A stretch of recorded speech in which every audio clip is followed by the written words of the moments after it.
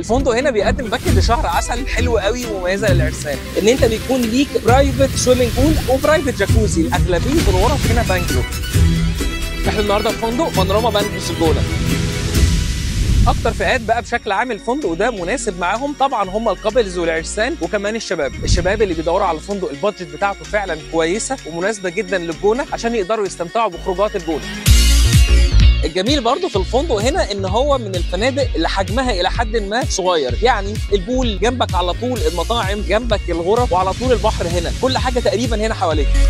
الفندق هنا بقى فيه اكتر من 19 نوع غرفه وسويتات بشكل عام، اغلبيتهم بيكونوا مناسبين للعرسان وللكابلز، سواء انت بتدور على غرفه برايفت بول، برايفت جاكوزي، سويم اب، كل ده موجود هنا.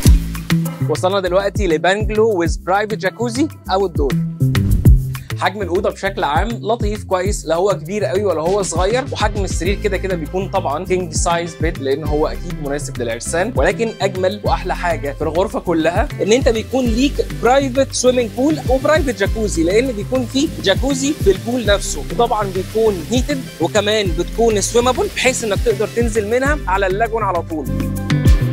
اجمل وافخم سويت هنا في بانوراما بانجلو الجونه، وهو احلى سويت انا شفته في الفندق طبعا، وهو الرويال سويت. اول ما تدخل السويت بقى بيكون في اريا هنا كبيره فيها مطبخ، فيها تلفزيون، وبيكون موجود فيها كمان اول حمام موجود في السويت. وبعد كده بيبقى هنا بقى المنطقه دي خيال. اول حاجه السرير طبعا بتاعك بيكون كينج سايز بيد، لو انتوا عرسان بيكون طبعا مجهزين لكم ديكوريشن حلو قوي موجود. دي اول حاجه. تاني حاجه وهو الجاكوزي حجمه كبير جدا وبيكون باصص دايركت على الفيو، وطبعا كمان بيكون في هنا تاني حمام موجود في السويت. حجم الغرفه بشكل عام كبيره جدا، وطبعا احلى واجمل حاجه موجوده هنا هو اللي موجود في الاريا اللي بره، لان السويت بتاعك هنا بيكون ليك برايفت سويمنج بول خاص بيك لوحدك، برايفت سويمنج بول كبير، وطبعا كمان بيكون هيتد. واحلى حاجه طبعا هو الفيو بتاع اللاجون اللي موجوده قدامك على طول.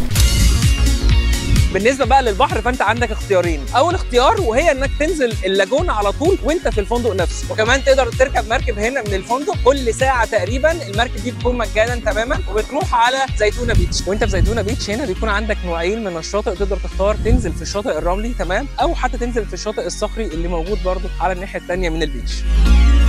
واحد بقى من اجمل البارات هو بار اسمه ذا هاب، بيكون موجود يوميا 10 الصبح لغايه الساعه 12 بالليل، بيقدم فرايتي كبيره جدا.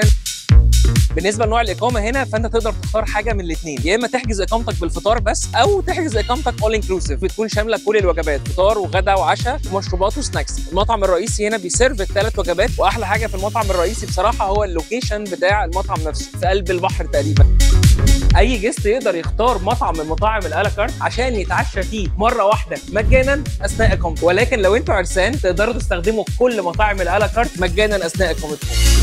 فندق بانوراما الجونه بصراحه فندق من الفنادق الجميله اللي موجوده هنا في الجونه، عامل كده ميكس حلو مش موجود في فنادق كتير، وده مخلي الفندق يعتبر من افضل ومن اعلى الفنادق اللي العرسان دايما بيحبوا يحطوها في محطاتهم في شهر العسل. اكتر حد عايز يستجم هيجي هنا وفعلا هيفصل عن العالم كله.